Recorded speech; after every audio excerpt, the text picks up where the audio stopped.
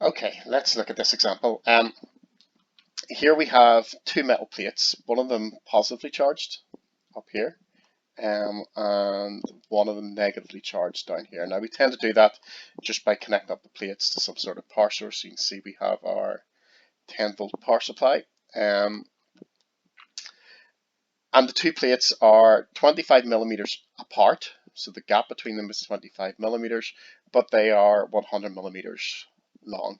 And because those two plates are charged up, in between them there will be an electric field.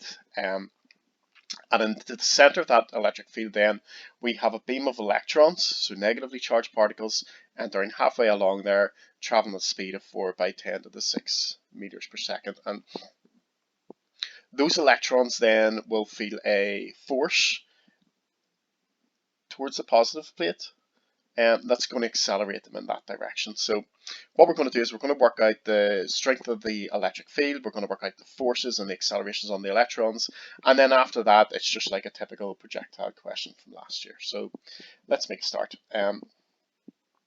So first thing we want to do is find the electric field strength. We have two equations for electric field strength. The first one is that it is the force per unit charge, but we haven't got any of that information yet, so we're going to use the second equation, which is just, it's the voltage between the two plates, or potential difference, divided by the distance between them. So we have 10 volts divided by 25 millimeters. We have to convert that into meters, which gives us that it is 400 volts per meter. The force in each electron then, we can calculate that using the second equation for our electric field strength, which rearranging just gives that it's the electric field strength times the charge, which is 400 times 1.6 by 10 to the minus 19, which gives you 6.4 by 10 to the minus 17 newtons. Seems like a small force, but you have to remember the electron's quite a, well, almost massless particle. It has very small mass. Therefore, when we put that into Newton's second law,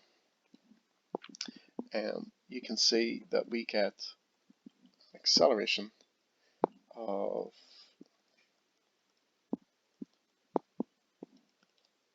7.025 by 10 to the 13 meters per second squared. Once we've worked that out, then it is just a very straightforward projectiles question after that. Just the numbers are a little bit tricky because we have high speeds, which mean very, very short times.